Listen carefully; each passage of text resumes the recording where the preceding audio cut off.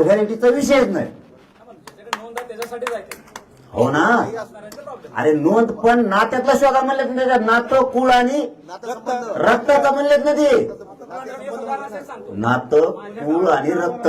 थांब रे, नातं कुळ आणि रक्त हे शोधायचं कोणी सांगितलं?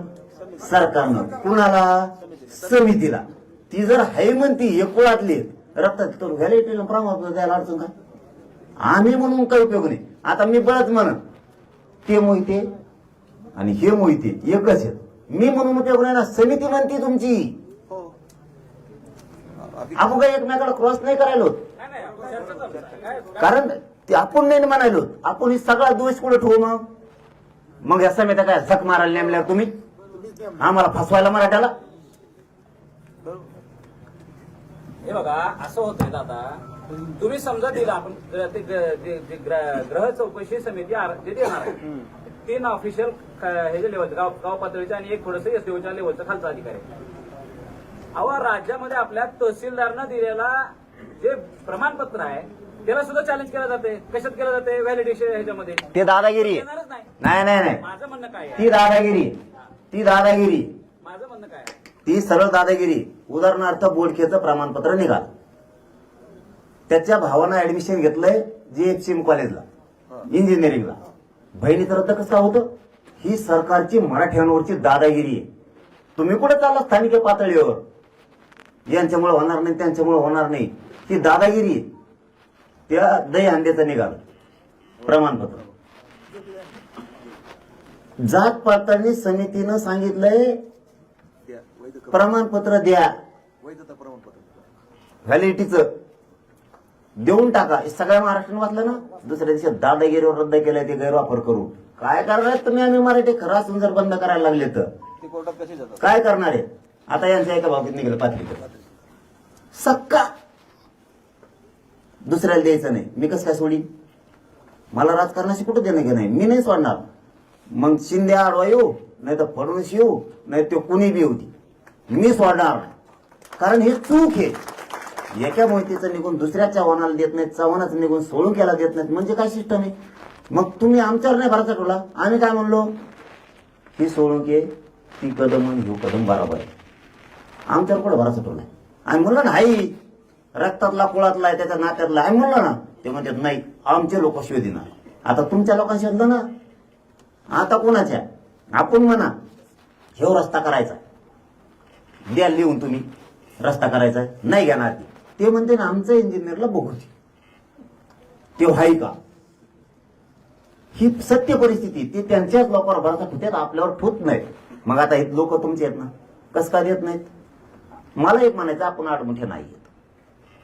आपल्याला खरं असून रद्द केल्यापासून आपलं डोकं कामाच्या बाहेर गेले. उदाहरणार्थ त्या पुरण्याचं गौरचं रद्द केलं. खाली काय लिहिलंय, वर काय लिहिलंय? त्याच्या चुलत्याच्या याच्यावर कुणबी, चुलत्याच्या याच्यावर खाली, चुलत्याच्या खाली काय लिहिलं? कु कु कु कु कु. वर काय लिहिलंय? कुणबी. त्याच्या खाली काय लिहिलंय? कु कु डॅश कु कु असं लिहिलंय. वर काय लिहिलंय? पुन्हा बारबार विचारतोय मी. कुणबी. कुणबीच्या वर काय? गु गु गु गु गु. वर ते आम्हाला नाही माहिती. कुणबी लिहिलंय, कुणबीच्या खाली कु कु लिहिलंय.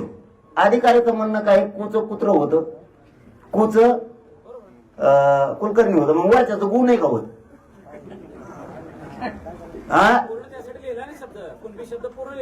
पण त्याच्या खालचं जर कुत्र होतं कुलकर्णी होतं तर वरचं गु नाही का होत? मग काय चुकीचं मत नाही माझं. रद्द काय केलं ते प्रमाणपत्र त्या गौरचं पुरण्याचं?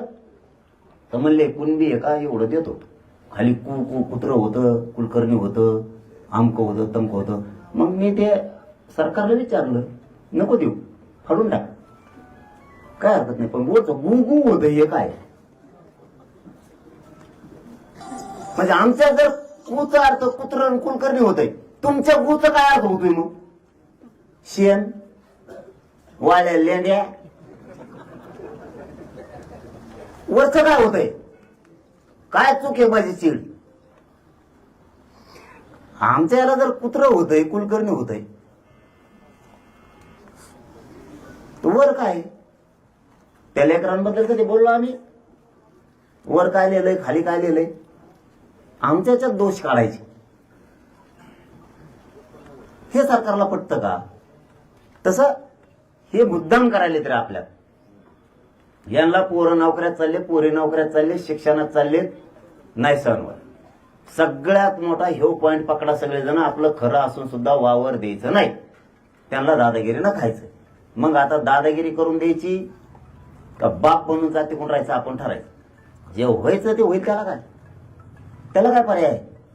यांना जर बदलच करायचे नाही तर आपण खेटायचं ठरवलं. आणि मी 29 ऑगस्टला तुम्हाला सांगतो, एकही मागणी ठेवणार नाही.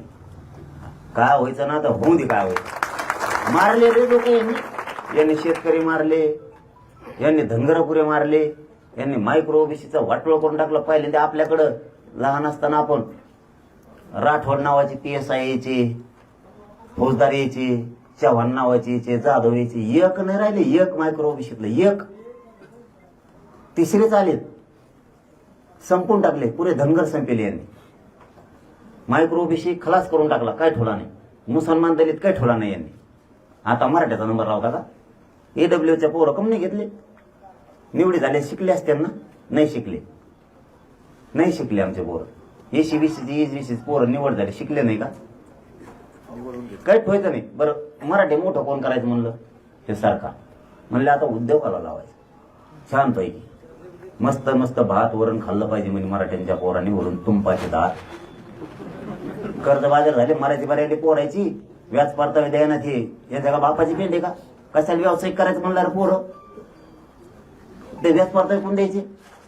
त्या दिवशी बोललं की 300 कोटी दिली, उली दिली, भिकायला लागले त्यांना. वावरही काय गिरायक लागा नाही वावराला. सुट्टी नाही यांना, एक काय मागणी सुट्टी देत नाही मी आता.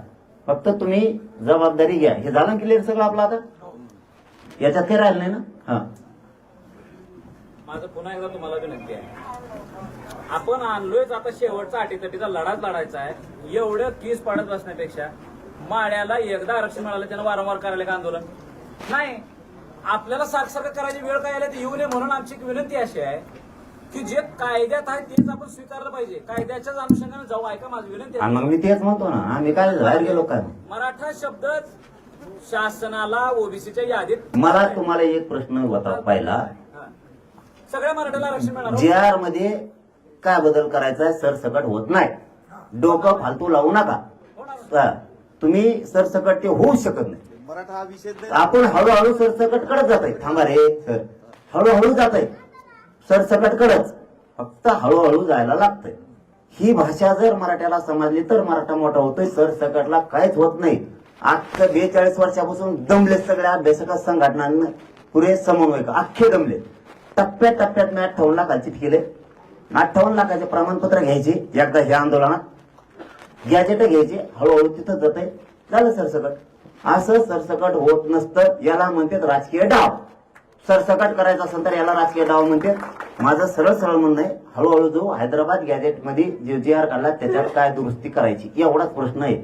आपण शिंदे समिती नेमल्यापासून, हैदराबाद गॅजेट झाल्यापासून आतापर्यंत जरी मराठवाड्याचा नोंदींचा विचार केला आणि प्रमाणपत्राचा विचार केला आणि इथल्या संख्याचं जर आपण गणित घातलं तर ते आपल्याला आज बी दादा न्याय होण्याच्या परिस्थिती दिसणार नाही का? आपलं यश आहे मोठं, पण माझी एक भूमिका ऐका तर. अरे आपल्या हातात 105वी घटना दुरुस्ती आत्ता झाली आहे, ती काय आधी झालेली नाहीये. आत्ता झाल्या ह्या 3 वर्षापूर्वी. ह्याच्यानंतर आता सध्याच्या घडीला जर महाराष्ट्राचं बघितलं तर केवळ मराठा जातच ओबीसी आरक्षणास पात्र आहे. हो, माझी विनंती ते सांगा. अरे बाबा, मराठा जात नाही सरसकट झालं ना. तुमच्याकडे माईक वळाले ना, तुम्ही असं करत असतात मग हा ऐका, आणि बाहेर जाऊन म्हणत असतात मग ऐकलं नाही. ऐका तुम्ही. हा, तेच सांगतोय मी तुम्हाला. साधा प्रश्न विचारतोय, हैदराबाद गॅजेट मध्ये काय दुरुस्ती करायची, तुम्हाला मोगा धरून त्याचं उत्तर देता आलेलं नाही. आणि मग कसं काय म्हणलं तुम्ही ऐकलं नाही म्हणून JR चुकीचं आहे? हैदराबाद गॅजेटनुसार कसं काय म्हणले मग ते नाही? नोंद नाही अशा मराठ्याला तुम्हाला काय सवय लागली बरं का? तुम्हाला प्रत्येक बैठकात येऊन आरडा करायची सवय लागून तुम्ही दुसऱ्या दिवशी ठरवलंय. तुम्हाला प्रश्न विचारला म्हणले मग ऐकलं नाही. एक तर मी तुम्हाला कोणी ओळखीचं बी नव्हतो, तरी तुम्ही म्हणले की मी हैदराबाद गॅजेटनुसार माझं ऐकलं, मग चुकलं. मी आता विचारवलं काय दुरुस्त करायचं, नाही केलं ना, चायला काय राहिलं? दुरुस्त करू आपण, समाजाला पुढे नेऊ. सरसकट मुद्दा होत नाही. आंदोलन ज्याच्यावर चालू त्यामुळे त्या प्रश्नाला डबल हात घालायची काय गरज आहे? पुन्हा तिथं जेवलं हा काय गरज आहे? म्हणजे त्याला म्हणायचं सरकारकडून बोलले आणि मराठ्याला जिथकुटून लावले. माझं सरळ म्हणणं आहे आज बी सन्मानजनक, हैदराबाद गॅजेटमध्ये काय दुरुस्ती करायची तुमचं म्हणणं आहे, जे हा चुकला दुरुस्ती करून घेतो ना, ते जायला नाही केलं ना, काय राहिलं त्यांचं बी. मी तेवढंच विचारतोय, सरसकट मुद्दा होता ते येऊन देत नाहीत, अंगावर येतात. खरं आहे ते मिळायला हरकत नाही. गरीब ओबीसींना पण वाटतं मराठ्यांचं खरं दिलं पाहिजे. सरसकटला ओबीसीचा विरोध आहे आणि त्यांचा विरोध असला तरी मी मोजीत नाही का, बसत असलं तर. पण सरसकट होत नाही, गॅजेटने तेच होतंय, नोंदीना तेच होतंय. आता मराठ्यांनी डोक्यात एक गोष्ट घ्यावा, 58 लाख नोंदीचे प्रमाणपत्रच पाहिजे. पाचरीच मोजा, 5.3 कोटी मराठी आरक्षणात झाले, पाचरीच मोजा. किती सोपं आहे.